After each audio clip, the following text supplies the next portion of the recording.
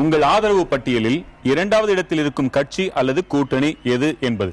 அதாவது உங்களுடைய இரண்டாம் விருப்பம் எது, செகண்ட் ஆப்ஷன் என்ன கேட்டிருந்தோம். அதிமுக கூட்டணி 14.7%, திமுக கூட்டணி 19.83%, தேமுதிக கூட்டணி 15.12%, பாமக 8.01%, பாரதிய ஜனதா 5.43%, நாம் தமிழர் 4.21%, இதர கருத்துடையோர் 10.56%, தெரியாது என்போர் அதிகபட்சமாக 22.14% பேர். இந்த தெரியாதுன்னு சொல்றவங்க என்ன செய்ய காத்துக்காங்களோ நமக்கு தெரியாது. ஆனா இது செகண்ட் ஆப்ஷன். சார், இந்த கேள்விக்கான அவசியத்தை நீங்க சொல்லுங்களேன். இரண்டாம் நிலை விருப்ப தேர்வு ஏன் இதுல முக்கியத்துவம் பெறுது? லாஸ்ட் மினிட் ஏதாவது சேஞ்ச் நடந்தா இது அப்ளை ஆகுமா? அதான் என்னன்னா, இப்போ இந்த எலெக்ஷன்ல தேர்ட் ஃப்ரண்ட் ஒரு முக்கிய பங்கு வகிக்க ஒரு வாய்ப்பு இருக்குன்னு ஒரு 2 months பேக் ஒரு ஃபீலிங் இருந்தது. அதனால செகண்ட் ஆப்ஷன் நீங்க யாருக்கு கொடுக்க போறீங்கன்ற கேள்வி கேட்க வேண்டிய முக்கியத்துவம் ஏற்பட்டது.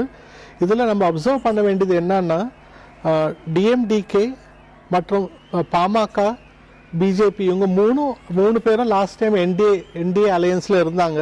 அவங்க 3 பேருக்கு கிடைக்கிற செகண்ட் ப்ரிஃபரன்ஸ் ஓட் கிட்டத்தட்ட 29%. அதாவது ஏடிஎம்கே டிஎம்கேயோட செகண்ட் ப்ரிஃபரன்ஸ் ஓட்டோட அது கூட இருக்கு. அப்படின்னா இவங்களுக்கு எதிர்காலத்துக்கு ஒரு ஹோப் இருக்குன்றது இந்த செகண்ட் ப்ரிஃபரன்ஸ் ஓட்டு ஹைலைட் பண்ணுது. இப்போ ஏடிஎம்கேக்கு 14% வந்திருக்குன்னா, ஏன்னா அவங்க ஃபர்ஸ்ட் ப்ரிஃபரன்ஸ் ஓட்லயே நிறைய வாங்கிட்டாங்க அவங்களால. ஸோ செகண்ட் ப்ரிஃபரன்ஸ் அவங்களுக்கு கம்மியாக வந்திருக்கு. திமுகவுக்கு 19% வந்திருக்க செகண்ட் ப்ரிஃபரன்ஸ் ஓட்டு அவங்களுக்கு ஒரு ஆப்பர்ச்சுனிட்டி.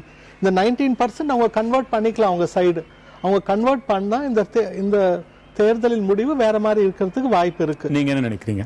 நிச்சயமாக, அதாவது இதுல என்ன காமிக்குன்னா, 2001 மாதிரி திமுக ஒரு வலுவான கூட்டணியை அமைத்திருக்குமே ஆனால் நிச்சயமாக வெற்றி திமுக இது காமிக்குது. அதாவது திமுக தனித்து போட்டியிட்டால் இருக்கும் அவல நிலை தான் இது காமிக்குதே தவிர, இந்த பிகர்ஸ் கரெக்டா இருந்ததுன்னா நிச்சயமாக ஒரு கூட்டணி வாயிலாக அவங்க வந்திருந்தாங்கன்னா நிச்சயமாக இந்த தேர்தல் அவங்களது தான். இதுல ஒரு முக்கியமான ஒரு விஷயம் நீங்க பார்க்கலாம். நீங்க ஒரு சாதாரண ஒரு வாக்காளர் ஒரு பூத்துக்கு போனார்னு வச்சுக்கோங்க.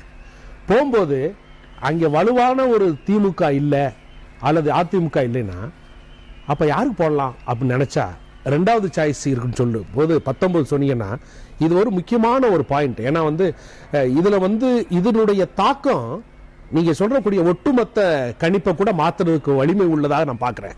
ஏன்னா ரெண்டாவது சாய்ஸ் எனக்கு சாய்ஸ் இருக்கா அப்படின்னு போறவங்கள்ட்ட சாய்ஸ் இருக்குன்னு சொல்லும் போது அந்த சாய்ஸை பல இடங்கள்ல பார்த்திருக்கேன். நான் பூத்துல போய் இப்ப நிக்கும் போது அந்த வாக்காளர் வரிசையா நிக்கும் போதே ஒப்பீனியன் கிரியேட்டர் இருப்பாங்க, அங்க போய் கூட மாத்திருக்காங்க.